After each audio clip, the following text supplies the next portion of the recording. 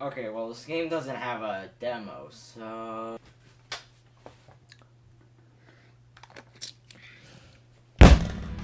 Good morning, and I love talking about games from my childhood, whether that be Thrillville, Pac-Man World 2, or I'll talk about you eventually. Well, there's one more game I played a lot as a child. Now going back to it, I realized I 100%ed the game and then proceeded to delete it immediately.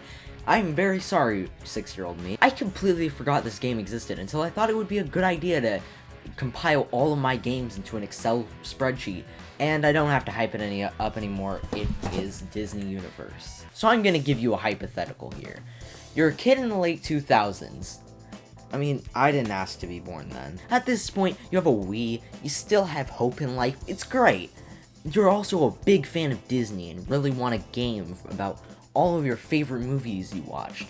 So you come home one day from school, and there it is, Disney Universe. None of that happened to me, I just thought that might have happened to some of you. To explain this game in simpler terms, I would call it baby's first Kingdom Hearts game, even though the first game was rated E, and Disney Universe is rated E10+. It's a beat-em-up styled game with combat not unlike Kingdom Hearts, just remove all the RPG elements, add some puzzle solving, and you're good to go. Each level is in a pretty small space, which is good, because in something like Kingdom Hearts, I'm stupid and constantly get lost somehow. Also, this game, and you're probably seeing this in the gameplay, has arrows that will tell you what to do, which, if you're planning on getting this game for whatever reason, and if you do, yes, I am judging you. I recommend leaving the arrows on. Everything in this game is so dark and hidden in dumb places, and there's no good use of game design telling you where to go naturally. So I assume they just put these in because they realize their core demographic, and even people that are actually good at games, wouldn't know where they're supposed to go and what to do. There's a currency system, which I don't know what they're called, so I'm just going to call them Mickey doubloons. These Mickey doubloons are collected through pretty much doing anything in this game.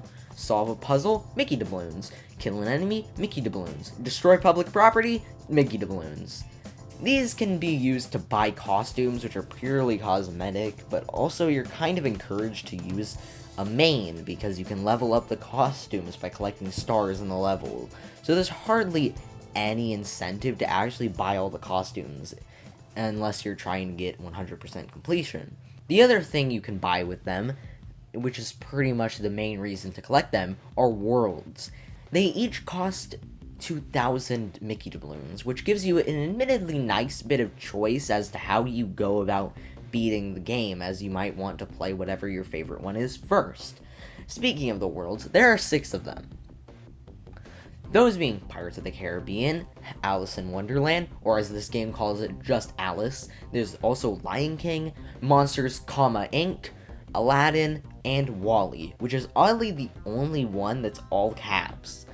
There's obviously some Disney classics in there, and 2 amazing Pixar movies, but there's some oddballs in the form of Pirates of the Caribbean and Alice. Alice in Wonderland is based off of the live-action classic starring Johnny Depp. That's 2 Johnny Depp movies in this game. I don't really care enough about this dumb children's game to get mad about it, so let's just continue. These worlds each have 3 levels, which are about 30 minutes long, which in any other circumstance would be absurd. But wait, there's more. Each of these levels have 3 levels within them. Every single level has a boss, which is usually a bad sign, because in games like this, bosses are usually redundant and boring, but somehow, someway, each of the bosses are very different and actually really creative, and for the most part, fun. There's an Alice in Wonderland one that's a terrifying cat without an eye, and your objective is to put the eye back. There's another Alice in Wonderland one that's a dragon, and I hate it because it has a bunch of one-hit kill moves, and your objective is really unclear. This also brings up a point about the Mickey doubloons, because you lose them every time you die, but you get barely enough time to pick them up. Like, you get a very little amount of time to pick them up, even if you spawn right next to them, but half the time you're spawned on, like, the other side of the arena. To add on to that, you don't get a health bar, so you never know if you're at full health or about to die at any moment. There's a lot of strange choices in this game that all accumulate to make a strange package all around. Through the menus, you have to choose everything with the one button, which makes me think they really didn't think about the Wii port at all that much. There's only 8 directions you can move in, which is already outdated 3D game design. But wait, there's more! This is the Wii. The controller is a D-pad, which isn't typically a problem, but it gets even worse. It has to be so precise when you're trying to move in any kind of diagonal. So you may be thinking, Aiden, don't be a big old idiot. And I'd say, that's very hard for me. But go on, you should just plug in a nunchuck. That's always solves all my problems. Well, guess what? The game doesn't support nunchuck. The nunchuck's analog stick is separated into 8 directions, so why can't it just get something so simple correct? Anyway, enough of this complaint, and on to the next. A lot of the times, this game is really unfair, with undodgeable one-shot attacks, spikes that you can't see that kill you in one hit. The fact it doesn't have a health bar, as I explained earlier, it kind of reminds me of an NES game difficulty.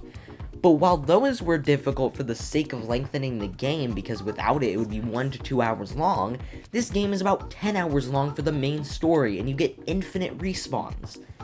So it's basically just there to make players mad. I know I'm getting mad about a mid-2000s Disney children's game, but it won't be the last time I'm looking at you, Tarzan Untamed. Overall, this is an alright little romp, if not a bit unfair at times, even though I gave Pac-Man World 2 a good review, and that game's a little kind of... I rate this game a solid 32 out of 43. Not bad, but could be a lot better. So all in all, even though I just ripped this game to shreds, I can't help but like it for its overall... You know what, it's all nostalgia.